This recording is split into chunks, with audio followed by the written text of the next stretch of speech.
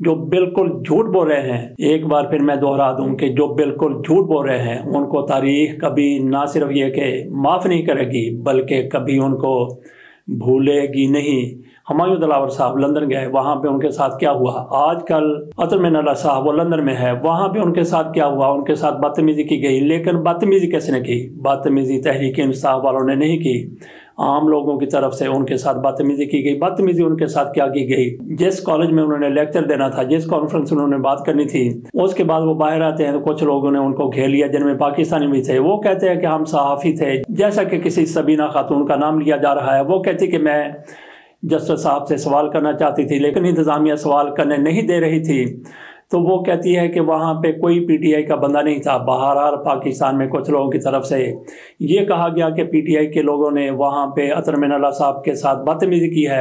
اطہر من اللہ صاحب کے بارے میں کہا جاتا ہے کہ بڑے ہی اپ رائٹ جج ہیں، تو پاکستان میں کون سا جج اپ رائٹ ہے، کون سا ڈاؤن رائٹ ہے، اس حوالے سے آپ کچھ نہیں کہہ سکتے۔ یہ فیصلے کہاں سے آ رہے ہیں؟ اطہر من اللہ صاحب وہی جج صاحب ہیں جنہوں نے میاں نواز شریف کے حوالے سے کہا تھا کہ کیا عمران خان، کیا حکومت، کیا وزیر اعظم یہ گارنٹی دے دیں گے کہ میاں نواز شریف صاحب جتنے بیمار ہیں 3 دن تک وہ زندہ رہیں گے؟ اور اطہر من اللہ صاحب کی طرف سے میاں نواز شریف کو پاکستان سے باہر جانے کی اجازت دے دی گئی تھی۔ باقی بھی کئی کیسز ایسے ہیں جن میں اطہر من اللہ کے بالکل ایسے فیصلے ہیں جو میاں نواز شریف کے حق میں گئے۔ ایک طرف میاں نواز شریف کے فیور میں گئے، دوسری طرف کئی فیصلے ایسے ہیں جو تحریک انصاف کے خلاف گئے، لیکن کئی فیصلے ایسے بھی ہیں جو تحریک انصاف کے حق میں بھی گئے۔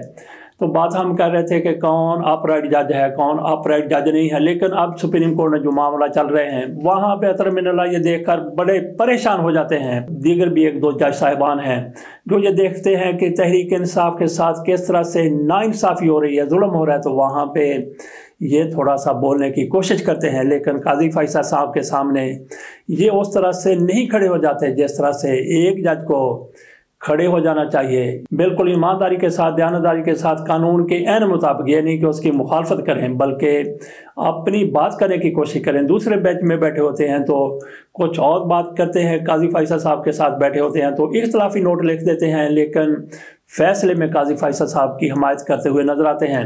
وہاں پہ بدتمیزی ہوئی ہے یعنی پی ٹی آئی کی طرف سے بالکل بدتمیزی نہیں کی گئی، لیکن یہ ضرور بات ہے کہ اطہر من اللہ صاحب جیسے جج جن کو عمومی طور پر اپ رائٹ کہا جاتا ہے، عمران خان کے خلاف فیصلے، وہاں پہ جب یہ باہر جاتے ہیں تو اس کا رد عمل کچھ نہ کچھ سامنے آتا ہے۔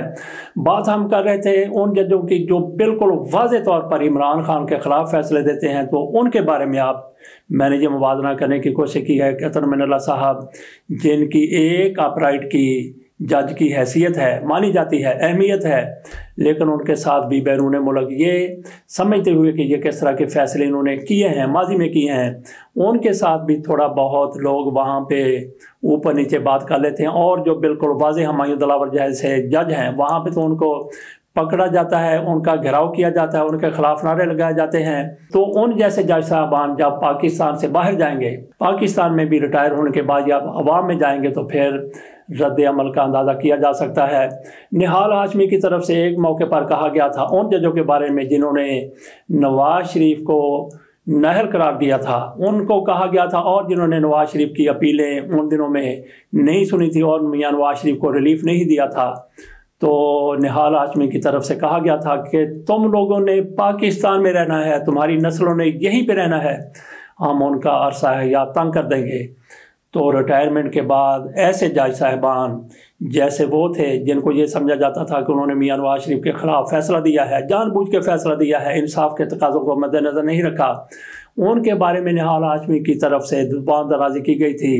اب تو بالکل واضح نظر آتا ہے کہ عمران خان کے خلاف جس طرح سے فیصلے آ رہے ہیں، جو لوگ فیصلے کروا رہے ہیں وہ بھی ذرا دیکھیں کہ وہ کل انہوں نے عوام میں جانا ہے تو عوام کا کیا رد عمل ہو سکتا ہے۔ باقی تھوڑی سی بات کر لیتے ہیں انتخابات کے حوالے سے۔ انتخابات کے انعقاد میں 8 فروری میں درمیان میں صرف 2 دن بچے ہیں۔ 2 دن کے بعد انتخابی مہم کا خاتمہ ہو جائے گا، اس کے اگلے دن پھر الیکشن ہو جائیں گے۔ اگر الیکشن ہوئے تو کیا الیکشن ہو جائیں گے؟ بہت بڑا سوال ہے، ہوتے ہوئے نظر نہیں آ رہے۔ لگتا یوں ہے کہ یہ کسی کا خدا نخواستہ سر نہ لے جائیں، انتخابات ہوتے ہیں تو پھر کون سی پارٹی جیتے گی؟ یہی کہا جا رہا ہے کہ تحریک انصاف کی آج بھی بغیر بلے کے بھی بڑی پاپولیرٹی ہے۔ اگر یہ مانا جاتا ہے جانا جاتا ہے تو پھر انتخابات سمجھ لیجئے کہ 8 فروری کو نہیں ہوں گے۔ اور ہمارے جو نجومیات ہیں یہاں پہ غاطب علی شاد صاحب وہ بھی اب تک یہی کہہ رہے ہیں کہ کچھ ایسا ہو جائے گا کہ انتخابات 8 فروری کو نہیں ہوں گے۔ باقی عمران خان کب باہر آتے ہیں تو عمران خان آؤٹ کب ہوں گے، ادھر ٹرمپ ان ہوں گے، ادھر عمران خان باہر ہو جائیں گے، وہ کیسے ہوگا؟ ٹرمپ اقتدار میں آتے ہیں، صدر بن جاتے ہیں تو عمران خان کی رہائی ممکن ہو سکے گی۔ 1 سال اس میں کم از کم پڑا ہے، لیکن عمران خان کی رہائی اس سے پہلے بھی ممکن ہے۔ یہ پاکستان ہے، یہاں پہ کسی وقت کچھ بھی ہو سکتا ہے۔ اجازت دیجیے، اللہ حافظ۔